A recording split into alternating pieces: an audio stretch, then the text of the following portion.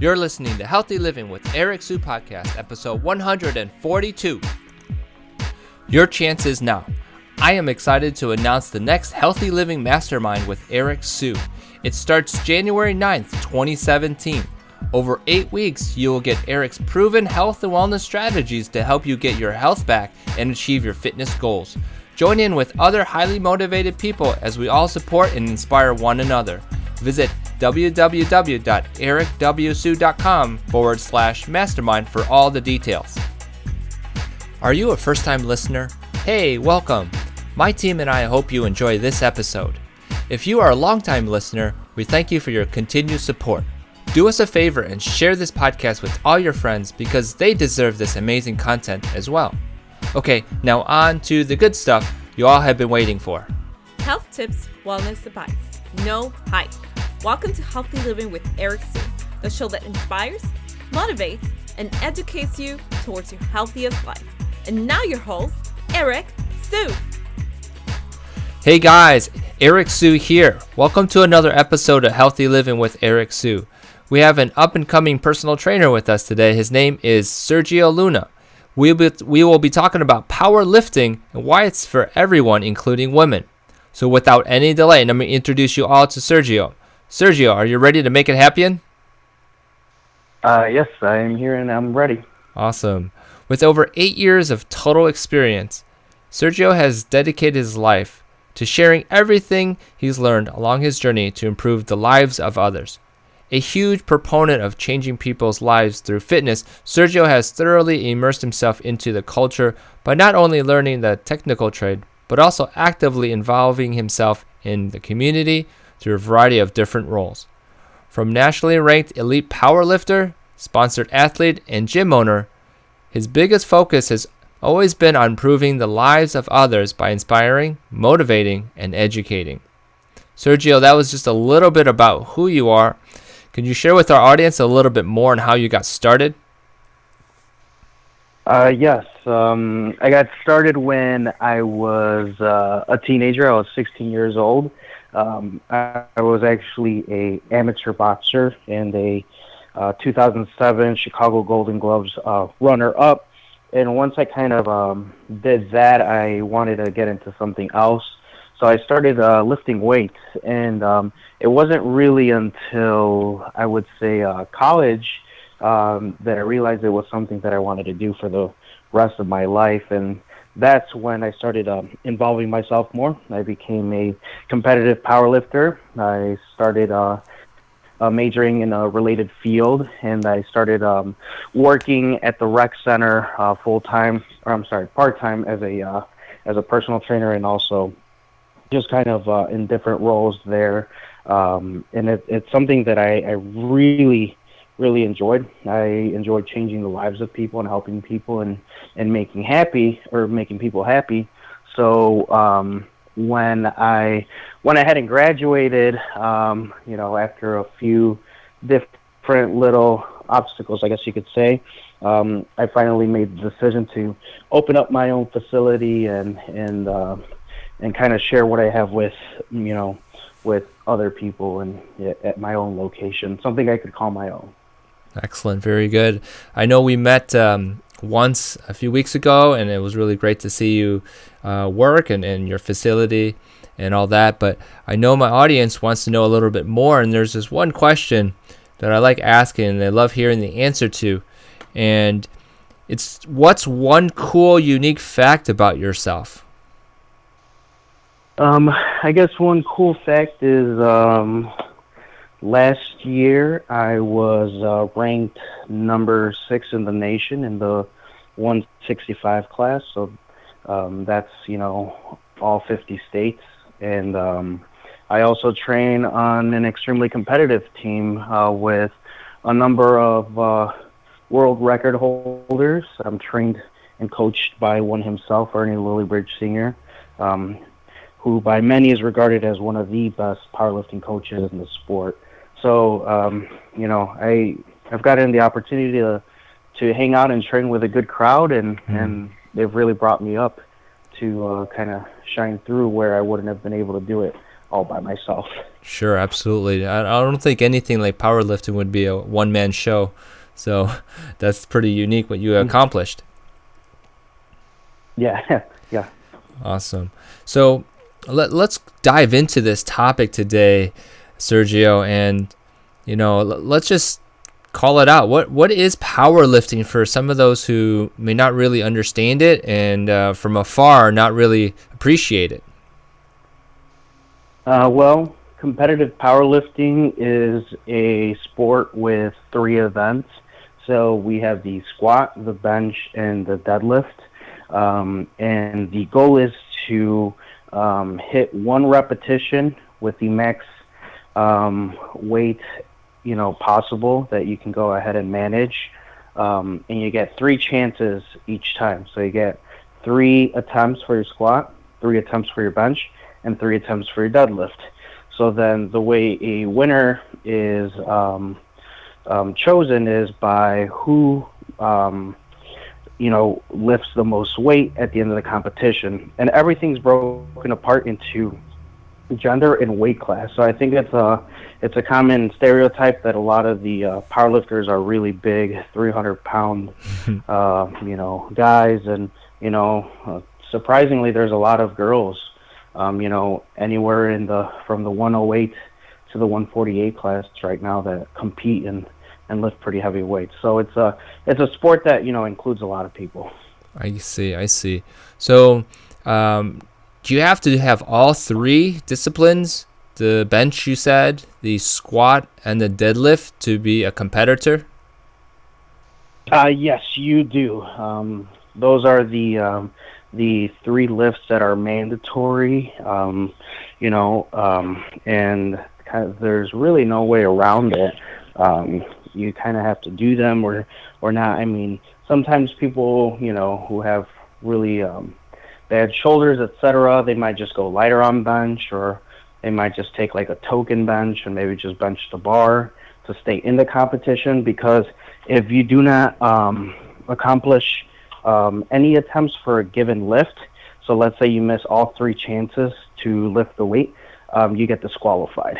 So you need to at least hit 1 attempt for each lift in order to stay in the competition.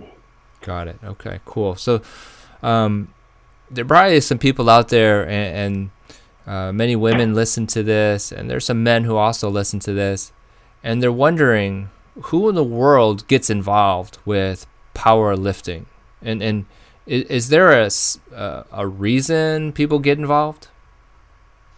You'd be surprised as to how many people get involved in powerlifting. You have people, as young as 13 years old who get involved, and even as old as in their 60s. Or this summer I competed at a competition where we had a man in his 80s competing, and it's something that people get involved because it's extremely motivating to be able to accomplish more than you could have done before. So what I mean by that is a lot of our sport is built upon personal records, so PRs for short, which is not uncommon, in the sport of, like, say, running, whereas in running, maybe you ran a 6-minute mile and now you ran a 5-minute mile, that's a PR. In powerlifting, it's the same thing. Maybe you originally lifted 100 pounds and now you're lifting 200 pounds. So people really get involved because just that accomplishment in itself is really motivating for a lot of people. And it doesn't need to be, a big amount. Like, it doesn't need to be 1,000 pounds. I mean, if your PR is 50 pounds and you did 60, that's a PR.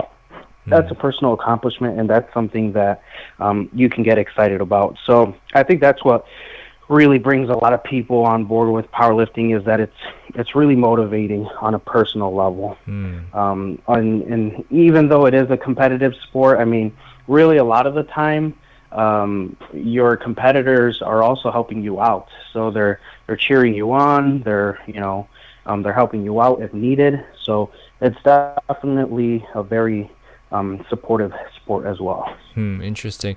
As you were describing how others support each other, the community aspect of powerlifting. It kind of parallels, and I hate to use it, but CrossFit type of community. Hmm. Yeah, it's I mean, in a sense, it is similar. It's really about it is at the end of the day, a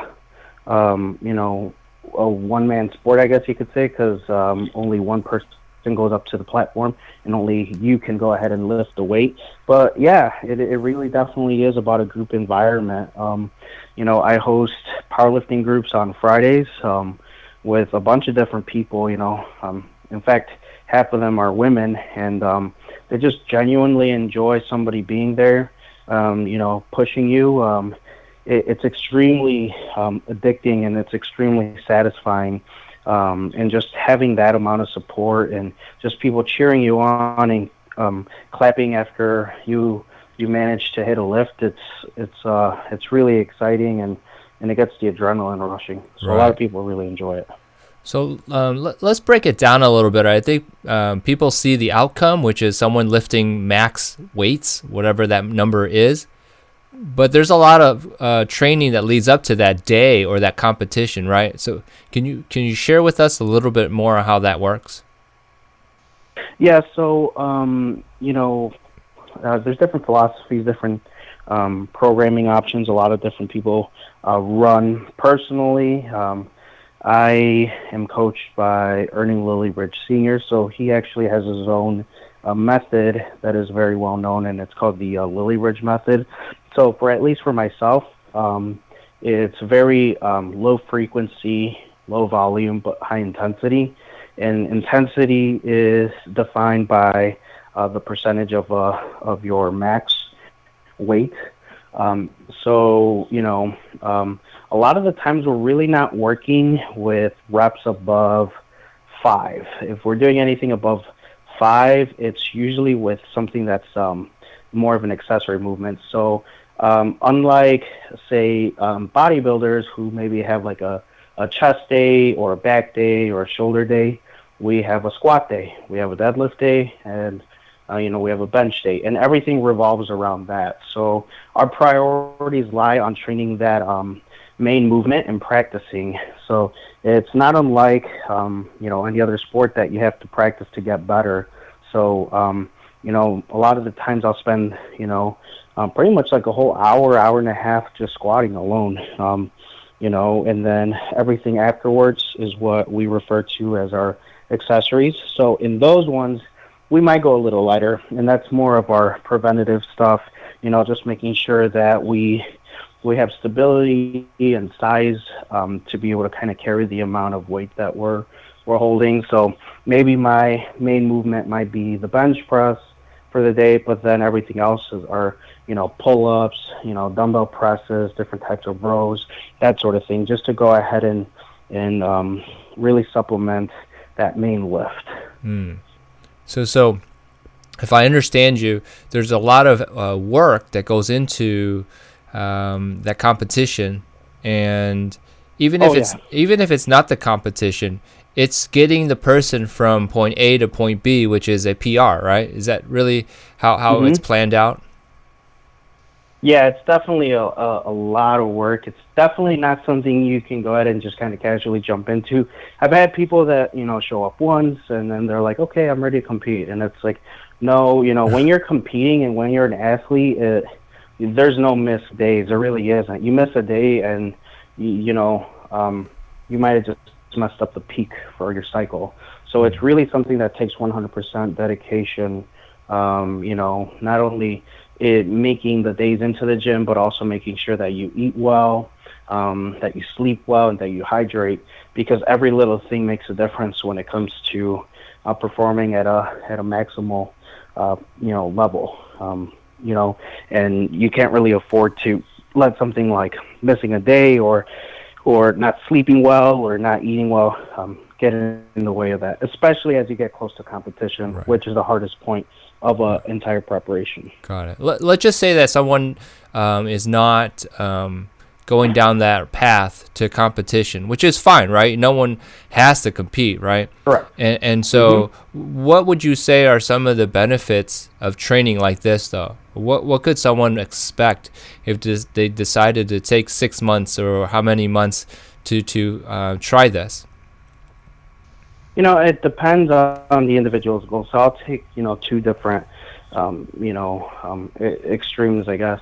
Maybe you have someone who is a teenager and maybe it's their first time lifting weights and, not very uncommon. Maybe they want to put on strength and size or maybe, they want to get bigger for football, something like that. Powerlifting is absolutely great because it helps them. I mean, it really comes down to training big compound movements. So not only do they get the size from training those multiple muscle groups at once, but they also start learning how to manipulate strength and power, because it's not just doing the repetitions, but there's also a certain tempo to it, and there's also a certain level of coordination between the mind and muscle, learning how to explode, learning how to be fast and powerful. And then on the other extreme, maybe you have someone who's in their 50s or 60s, and especially with women, who are more up to or up at risk for osteoporosis. It has tremendous benefits for reducing fall rates in the future towards the 70s and 80s, for also helping minimize or those effects of any sort of osteoporosis. It also helps them build muscle, which is super important with age, because that's what's going to help with a person's overall body composition by changing their metabolism, etc.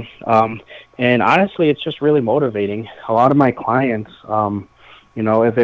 if they just come in and do the same workouts every day, they kind of get bored. But when you start setting goals for yourself and you start saying, okay, my goal is this, and you start training towards it, it gets really motivating. So it keeps them in the gym longer. Yeah, absolutely. I have to add on to the goal thing, which is, it's not about weight loss per se, although that is a positive outcome, right? Would you say when people train this way or no? Yes, definitely. And it depends. Like if somebody strictly wants to get strong, I will only work on, the powerlift movements. But if somebody wants to lose weight, I will definitely still add some conditioning into it. But it's still usually oriented towards, using heavier weights too, like things like a prowler or sled drags or that sort of thing. Right. I was going to say that there are a lot of people out there who don't have a real goal per se. I know weight loss is top on the list, but not so much a lifting goal, right? And I think that's what I think you said, which would motivate people if they had a lifting goal. Is that what you're saying? Oh yeah, definitely. It'll motivate them a ton. I'll keep referring back to like my clients as examples, but I have one of my clients. He's 56 years old, and this is the first time, because I train him, his son, and his wife, and his wife tells me he's doing better than ever. He feels stronger on a daily basis. He has more energy. This is the first time in pretty much his whole life that he's come into the gym consistently, and he comes home if he hits a PR. That's all they talk about, and they all talk about it together. Like, oh, I hit this, I did that. So yeah, the numbers definitely help motivate people, because then they kind of see like a goal, and then once you hit that goal, the addicting part is you want the next goal. So it just keeps going. Right. Yeah. I mean, I think that there's a group of people who are out there who do certain workouts, and it's like, man, I sweat up a big storm and I feel great, and that's all they talk about. And then there's another group, which would be in your category, which is lifting goals, and people talk about, boy, I did a PR, or I lifted this amount, and the discussions are totally different, aren't they? Oh yeah, definitely. And what's really cool about that is like, just sweating and being tired. I mean, I could make someone run around the building like 100 times and they're going to be sweating and tired. But does that necessarily mean they're any better than they were yesterday? Hard to say. Yeah. But, with strength training and lifting heavier, if they're consistently getting stronger over a period of time, there's definitely like it's not just, oh, I'm tired for the day, that was a great workout, but instead it becomes a long-term thing, and it's like, oh, I'm stronger than I was a year ago, and I'm doing a whole lot better. I can perform not only this big movement, better, but everything else around it too, because they are, the basic movements that go for everything. If you learn how to squat with a barbell, chances are you're going to learn how to front squat, how to do Bulgarian split squat, how to lunge, etc. It all builds off of each other. Got it. Yeah, absolutely. Now, what would you say, speaking for women, or the reason women should even consider it, what are some highlights you could share with us, in your opinion, so we can perhaps get more women involved?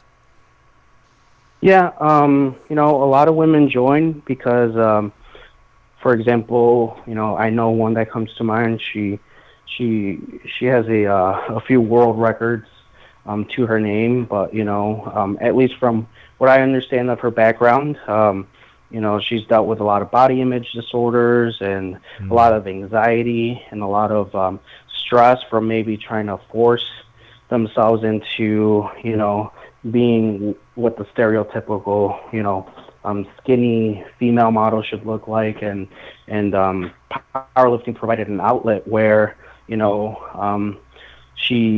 what's really great about our sport is food doesn't become an enemy, it becomes a friend, because as any athlete, you need food for energy. I mean, you hear stories about like Michael Phelps eating, so many thousand calories a day, and look at him, he looks like he's in great shape, So it becomes more about that. It becomes food is energy, food is a resource, and, the gym becomes an outlet where it becomes a positive way to be able to maybe release some of that stress and hit some accomplishments. So in that sense, that's a huge benefit for a lot of women. I know my girlfriend herself, before starting powerlifting, she used to stress out a lot about, the way she looked and this and that, and she was just very skinny, but in a way that didn't necessarily have any muscle, and it was kind of just very frail. And now she's a lot stronger, and she's not afraid to lift heavier and eat more because she sees the benefits that it has. So it definitely helps in that aspect, for sure. That's one of the biggest ones. And then obviously, there's also other benefits for, being able to meet more people and hang out with like-minded people who also have positive goals, who are self-motivated individuals. Sometimes people don't, just going to the gym recreationally, you don't always meet people like that, because maybe they don't have like set goals. Maybe they just kind of go in and out, the same people that go in for years and don't look any different, but you go to a powerlifting competition and, you start meeting people that are like, hey, look, I'm here today, but tomorrow I'm completely going to be somewhere else. Yeah. So, definitely it's good for making new friends and meeting more people as well. Got it. Very good answer. I was curious to know what your thoughts are on, I guess, maybe the confusion, or maybe it's just like people aren't fully understanding the difference or understand what bodybuilding is versus powerlifting. And maybe the women will probably more so equate the two as equal. And so maybe you can clarify a little bit about the differences. Right. So powerlifting, like I mentioned, it's more of a strength sport. So we're showing a maximal display of strength, in one short outburst. So you could be, 100 pounds lifting 200 pounds, and that's powerlifting. Now, bodybuilding, on the other hand, I like to tell people it's more about show. So that one is a little bit more, it's harder to judge, because in powerlifting, either you lifted the weight or you didn't. It doesn't matter about how you look. You could be super lean and tiny, You could be, larger, short, whatever. It doesn't matter. But in bodybuilding, there's a certain look that they're going for. And depending on your class, if it's bikini, it could be a very, kind of like a more of a model look, I guess you could say. The idea behind bikini is, you're supposed to look like what you would see a girl on the beach would be, or, outright bodybuilding where, the goal is to put as much muscle on as possible. So there's a specific look that they're going for. And then a judge goes ahead and they decide, okay, yes, they look great, or no, that's not what we're looking for. So to put it short, bodybuilding is about looks, powerlifting is about doing. So they're different. Yeah. And there's definitely different approaches to both outcomes, right? Obviously. Eating differently. Yes, definitely. And regimen, workout. Yeah, with bodybuilding, like, it's notorious for being super strict, no cheat days, no nothing, almost, and being depleted, almost to an unhealthy state. When it comes to getting stage ready versus powerlifting, it's more about how much you lift, not so much about how you look or how you're eating. Obviously, you want to eat to perform, but, that's not what they're judging you on. Because I think that you get this a lot, and I've gotten this a lot, which is I don't want to look like a bodybuilder, right?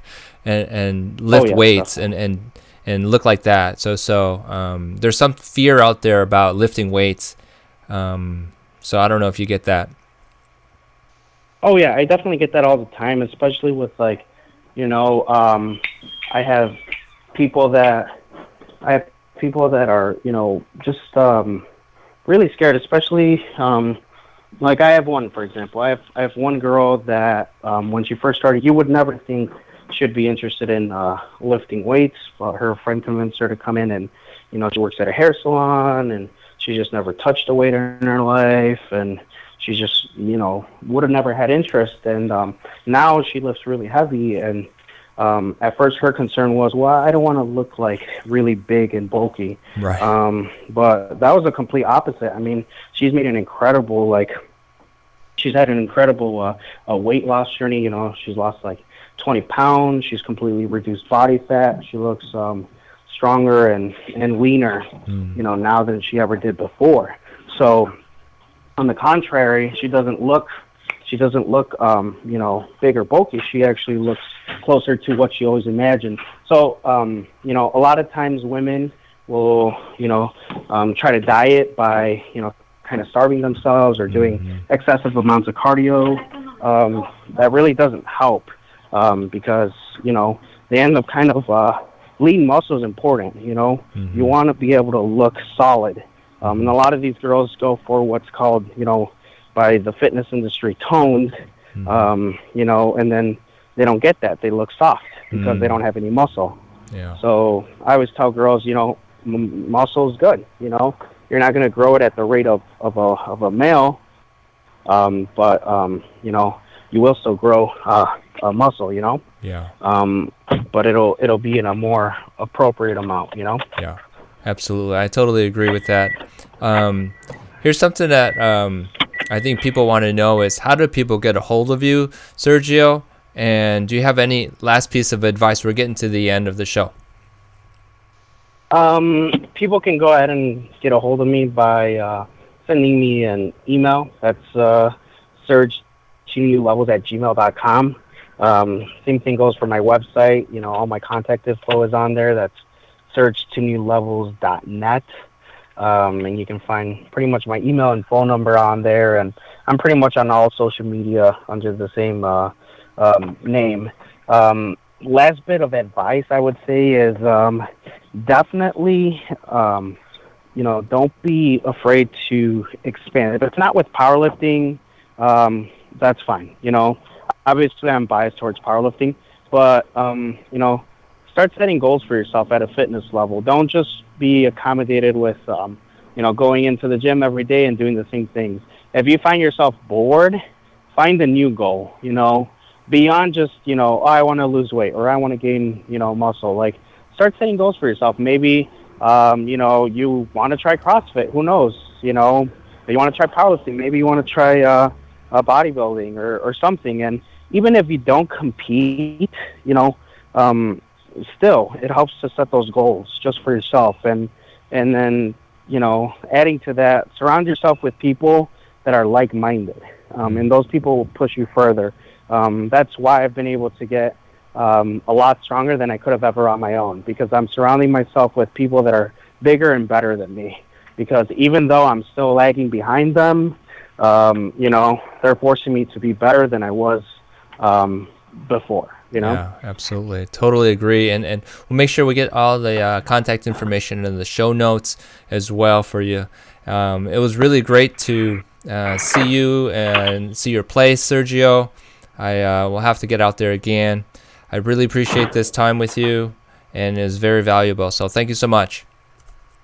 Yes, thank you for coming by, and thank you for having me on the podcast as well. I really appreciate it. All right. Sounds good, Sergio. We'll talk to you soon. Thank you. Thank you so much for joining us today on Healthy Living with Eric Sue. Head over to ericwsue.com for full recaps of every show in Eric's Health and Wellness blog.